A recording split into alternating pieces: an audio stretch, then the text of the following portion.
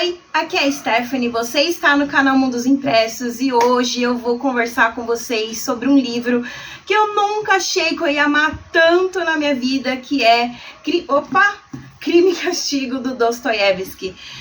Quem já assistiu vários vídeos aqui do canal já me ouviu dizer várias vezes que Dostoiévski para mim é algo que me afasta, mas coisas aconteceram e eu me vi totalmente atraída a essa narrativa com um novo olhar, com uma nova bagagem, e eu tenho a dizer que eu entendo completamente por que esse livro é tão famoso, por que ele é favorito de tanta gente, por que ele tá cravado como um super mega clássico mundial de todos os tempos. E, gente, ele merece esse título, tá? Ele realmente merece. Então a minha ideia com esse vídeo é justamente mostrar pra você quais são esses pontos positivos, por que ele é tão importante para a história e por que ele vale esse título. Então eu sei que por mais que ele cause certo estranhamento, eu quero fazer um vídeo bem simples para a gente poder conversar mesmo e você refletir sobre os pontos que eu vou trazer, todos abordados nessa história. Só que antes de começar, ou já começando, porque tem tudo a ver, eu preciso falar um pouco sobre o próprio Dostoiévski. Por quê? Vocês vão entender que tudo que eu falar aqui vai se interligando a como a vida do próprio Dostoiévski, ela se esbarra muito na do próprio Raskolnikov. É claro que a gente sabe que toda a vivência de autor interfere diretamente na sua escrita, só que aqui tem um quezinho a mais que vocês já vão entender. E começando, esse livro ele foi publicado em 1866. O Dostoiévski, ele tinha acabado de ser preso. Ele começou a escrever esse livro em 65. Então ele tinha acabado de ser preso. Ele estava assim, paupérrimo, precisando de dinheiro desesperadamente, quando encomendaram um livro para ele para ser publicado naquela espécie de folhetim. Então ele escreveria esse livro, que ele teve essa ideia a partir de toda a sua vivência na prisão e um pouco antes dela, e entregando aos poucos, ia sendo publicado, ele ia pegar o dinheirinho dele. Só que ele começou a escrever e ele ficou igual eu, totalmente envolvido com Raskolnikov, e ele não conseguiu parar de escrever. Então ele percebeu que esse livro ele deveria ser muito mais aprofundado, que as temáticas dele deveriam ser muito mais profundas. Então quando ele se viu, esse livro não podia mais ser publicado daquela maneira, tinha que ter algo a mais. E como ele ainda estava paupérrimo, ele acabou entregando outro livro nessas condições e mergulhou, graças a Deus, profundamente nessa obra de arte que aqui nós temos, Crime e Castigo. E sobre o que fala Crime e Castigo? Conta a história do nosso protagonista Raskolnikov, que é um estudante que está, tal qual Dostoiévski, paupérrimo.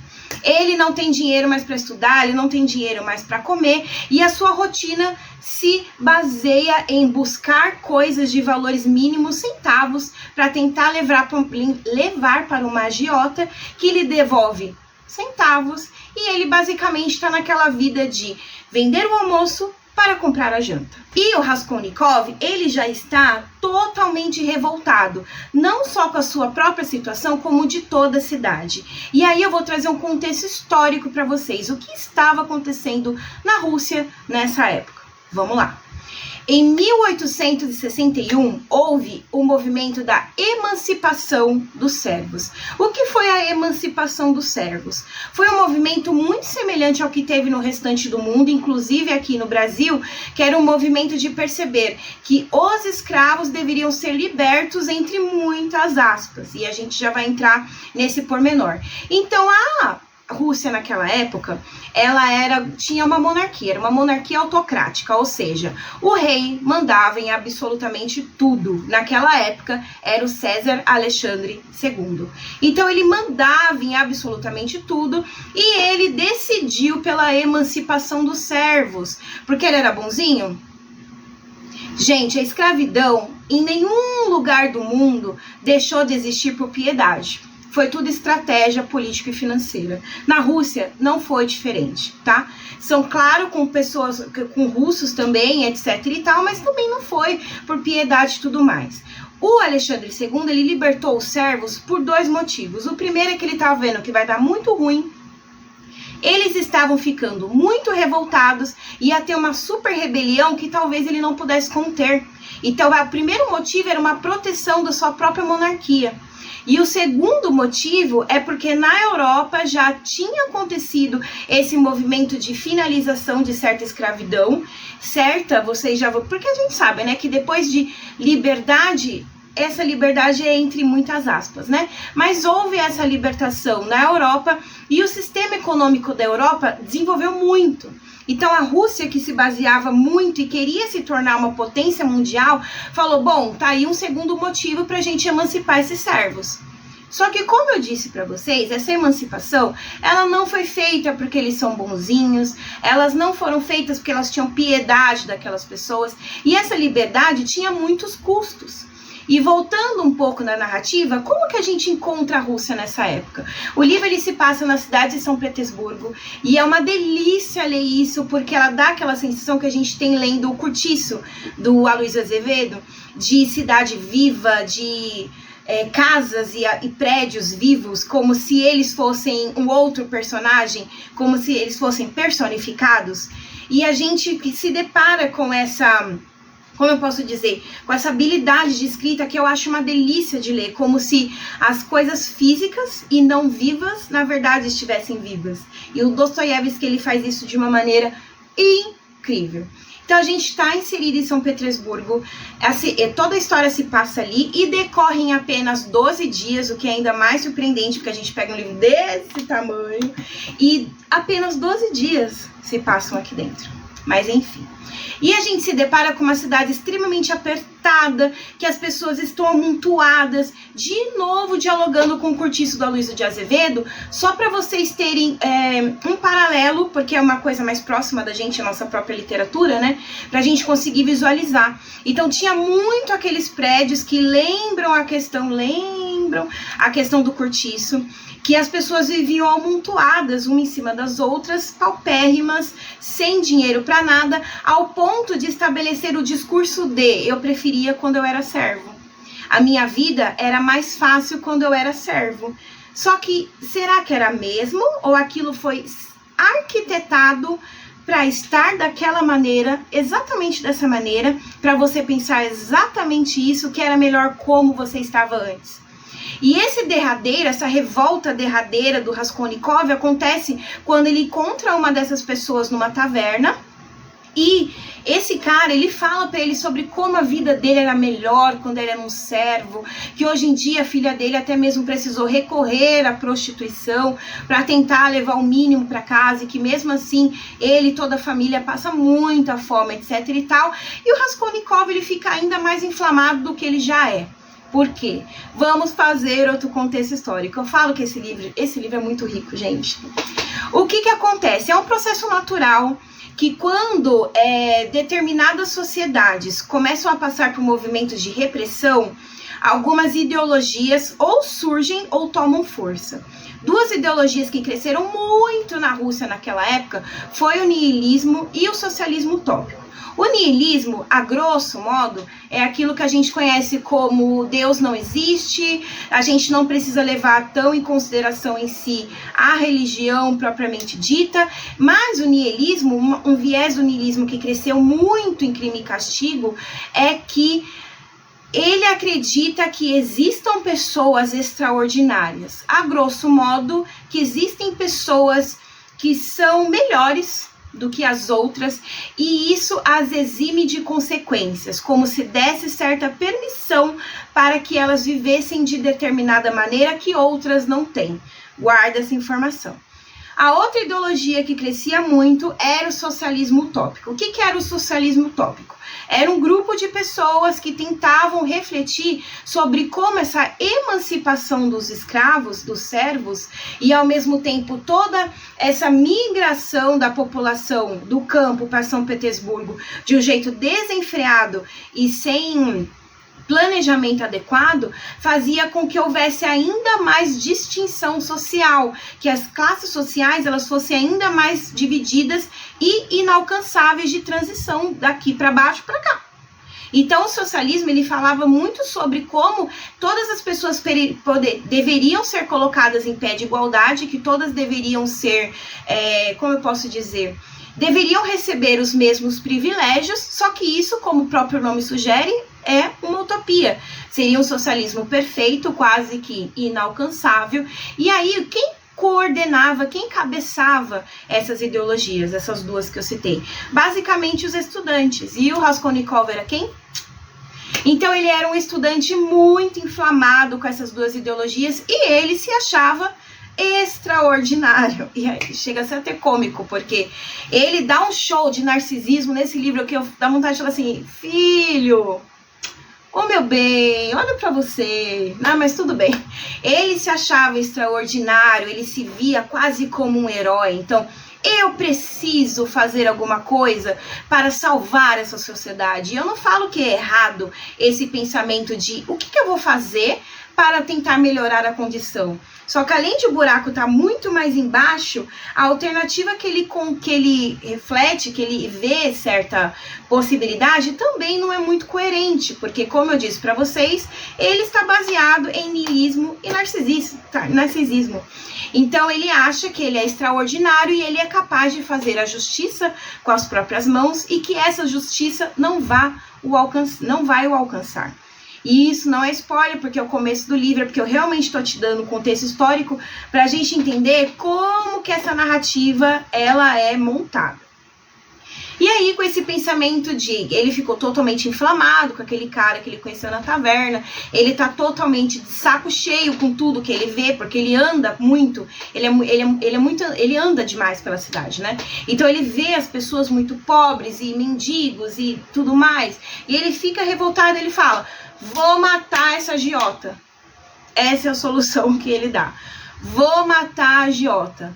Aquela que ele especialmente pega tudo que tem e dá em troca de moedas. Como se ela fosse, sei lá, o rei. Como se ela fosse a grande culpada de tudo, sendo que, de certa maneira, ela também é uma vítima desse sistema. Mas enfim, reflexões.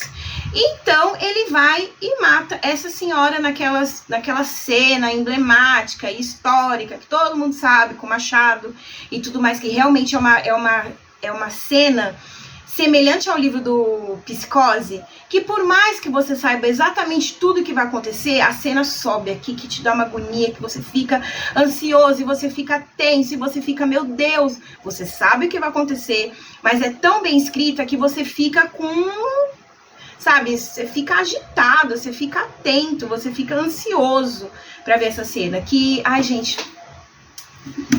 melhor cena do livro inteiro, muito bem escrita, palmas pro Dostoiévski completamente, mas tá. Ele mata a agiota. Só que aí a gente começa a perceber, mais ainda, porque a gente já estava desconfiando, que o Raskolnikov é um banana. É isso, ele começa a se automutilar, não fisicamente, mas ele começa a se... É uma tortura psicológica que vem dele para ele mesmo, porque começa a crescer a culpa. E aí a gente volta para a história do Dostoiévski, vocês vão entender por quê. O Dostoiévski, ele foi preso por motivos de ideias subversivas. E por mais que aqui no Brasil a gente entenda ideias subversivas, muito atrelada à ditadura, etc e tal, o que acontecia lá na Rússia? A gente tinha o rei autocrata e tudo mais, e havia grupos de pensadores, então não tinha nem um embate físico, tinha grupos de pensadores, que o Dostoiévski fazia parte, que refletia sobre como as coisas não estavam sendo planejadas do jeito que deveria ser para o bem do coletivo. Então ele acabou sendo preso por isso. Só que na prisão, o Dostoiévski, ele acaba se afastando um pouco mais desse racionalismo e ele acaba se aproximando de algo que ele estava se distanciando, que era da religiosidade e da moralidade. que de certa maneira são ideologias que contrapontam totalmente o niilismo, que era uma ideologia que crescia e que o próprio Dostoiévski antigamente ele pesquisava bastante, ele refletia bastante. Então o livro ele também surge como uma maneira de criticar o niilismo que crescia tanto no país, toda essa ideologia radical e super racionalizada de resolver as coisas, porque o Dostoiévski na prisão ele percebeu que talvez a moralidade ela fosse muito mais importante nessas horas do que qualquer outra ideologia. Então a gente tem o Raskolnikov como objeto de reflexão do próprio Dostoiévski para ele perceber o quanto a culpa acaba o distraindo, ou destruindo. Por quê? A partir do momento que ele mata Jota, ele começa a ter muito peso na consciência e ele começa a refletir se aquela atitude dele realmente foi a melhor a ser tomada. Só que ele entra num paralelo, num dualismo dentro dele mesmo, porque ele ainda acredita que ele é um ser extraordinário e que só ele poderia fazer isso. Inclusive a gente tem diversas passagens que o Raskolnikov ele age como se falasse assim: nossa, eu sou maioral, as pessoas deveriam me agradecer porque tem menos uma agiota no mundo, que não sei o quê. E ao mesmo tempo ele começa a ficar assim: eu matei uma pessoa, alguém vai descobrir, alguém vai entrar na minha porta a qualquer momento e vai me pegar, vai me levar pra cadeia, minha vida acabou. Então ele entra numa paranoia que é muito bem escrita e que traz justamente esse dualismo entre o excesso da racionalidade e o excesso das emoções. E por que que isso é tão sensacional? Porque é extremamente bem escrito e a gente sente, o leitor ele consegue sentir o afoito, o desespero do Raskolnikov. E aí em todo esse desespero, nessa construção de longos 12 dias, mas que você lê muito tranquilinho, porque o livro ele realmente te prende muito, a gente vê outro movimento de personificação, digamos que ao contrário. Lembra que eu comentei para vocês que há muito a personificação da cidade? Como se ela tomasse gestos e emoções humanas? A gente também vai ter pessoas que tomam formas de ideologias e emoções. E eu amo isso. O que eu quero dizer? Cada personagem surge como a demonstração de uma ideologia. Então a gente tem o Raskolnikov, ele simbolizando ali o niilismo, em certo ponto ele sofrendo o choque ali, né, da moralidade e tudo mais. E a gente vai ter outros personagens. Então, por exemplo, a gente tem a personagem Sônia, que é uma personagem que ela personifica essa questão da religiosidade. Então ela é muito religiosa, ela pensa muito em consequências, inclusive ela é uma pessoa que vai muito interferir na própria vida do Raskolnikov para fazê-lo pensar sobre como o que ele fez, se ele se arrepender e tudo mais, que talvez ele possa reconstruir a vida dele. Então ela traz essa personificação da moralidade. Olha, será que fazer justiça com as próprias mãos realmente é justiça? Será que essa atitude que você tomou realmente solucionou algum problema? Olha, você matou essa pessoa. Olha em volta agora, resolveu alguma coisa? Não com essas palavras, mas basicamente é isso que ela faz. Então ela traz para ele na vivência um contraponto para ele observar que talvez aquilo que ele acreditasse não fosse tão crível assim. E ao mesmo tempo a gente tem outros personagens, outro que eu acho sensacional nessa questão de personificação é o Lujin. Quem é o Lujin? O Raskolnikov tem a família dele, né, a mãe e a irmã, que a princípio ele não convive com elas, e a irmã do Raskolnikov, em certa parte do livro, ela está noiva desse Lujin. Então ele é um aspirante a cunhado. E ele é a personificação perfeita do burguês e até mesmo dessa emancipação dos servos, como ela efetivamente foi arquitetada. Por quê? Ele é um burguês, totalmente burguês, ele é super mega burguês, rico. E ele é daquele tipo de pessoa que pensa, olha, eu vou ajudar determinada pessoa que está passando por necessidade. Só que eu vou ajudar minimamente. Por quê? Porque eu não quero que essa pessoa ela efetivamente tenha liberdade. Eu quero que essa pessoa seja dependente a mim, seja grata a mim. Então ele vai lá, dá uma moedinha. A pessoa fica, nossa, como esse cara é maravilhoso, como ele tá me ajudando, eu vou fazer tudo o que ele quer. E na verdade ele é um pão com bosta, ele maltrata, ele quer que essas pessoas sejam cada vez mais pobres para que ele as possa controlar. Que é um paralelo perfeito com a própria atitude do rei naquela época, que foi: vamos emancipar os servos? Mas nem tanto. Então vocês percebem o quanto esse livro, ele além de trazer toda uma reflexão psicológica, porque dá pra gente refletir muito sobre o ponto de vista da psicologia, ele também é muito capaz de trazer um baita contexto histórico do que acontecia na Rússia. Não só na Rússia, no mundo inteiro, porque a gente teve esse movimento até mesmo aqui no Brasil. Vamos libertar os escravos. Eles realmente foram libertos? Realmente houve certa liberdade? Eles realmente passaram a ser tratados como pessoas? Isso realmente aconteceu? Então dá pra gente trazer esse paralelo pro mundo inteiro, porque isso foi feito no mundo inteiro e é feito até hoje. Vamos ajudar as pessoas até aqui. Não, só até aqui. O que acontece daqui é a dependência delas de mim, que eu tô precisando. E o Dostoiévski, ele trouxe tudo isso pra cá de um jeito magnífico. Agora, só uma curiosidade importante pra gente finalizar, porque eu não vou contar como o livro acaba, e de certa maneira acho que todo mundo sabe, porque é um daqueles clássicos que todo mundo sabe de cabo a rabo, né? Só quero trazer reflexões mesmo. Na época, o rei era chamado de César Alexandre II. Meio estranho de a gente pensar que a gente está no contexto russo, com um nome tão, né, com viés romano. E isso não é uma coincidência. Depois da queda de Roma, a Rússia se achava os herdeiros legítimos de Roma. Então eles achavam como se eles fossem os herdeiros, os reencarnados, toda essa coisa e tal. Então eles chamavam seus reis de César, para lembrar como era no Império Romano.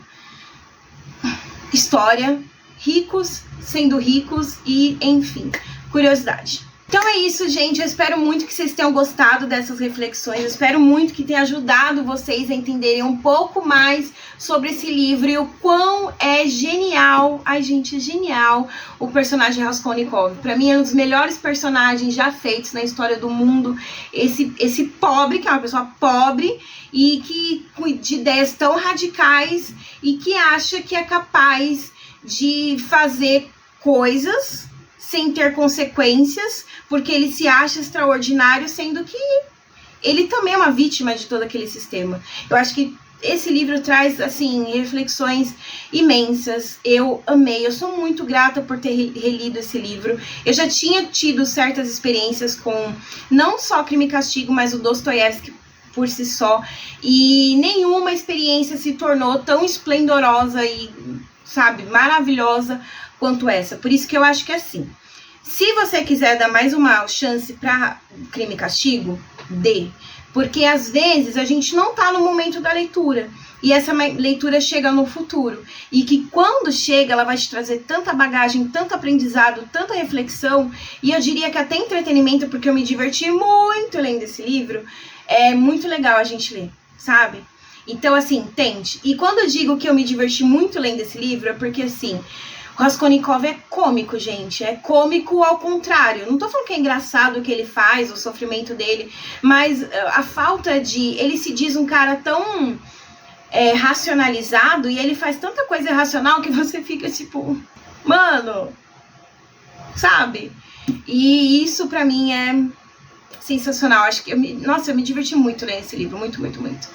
O link de compra vai estar aí embaixo no box de informações. Lembrando que se você puder comprar pelo meu link, você ajuda muito o canal. Mas você também me ajuda muito clicando aí embaixo e compartilhando esse vídeo com os amigos, tá bom? Muito obrigada por assistirem. Me contem aí o que vocês acharam desse vídeo, desse livro, etc. E eu os vejo no próximo. Tchau, tchau!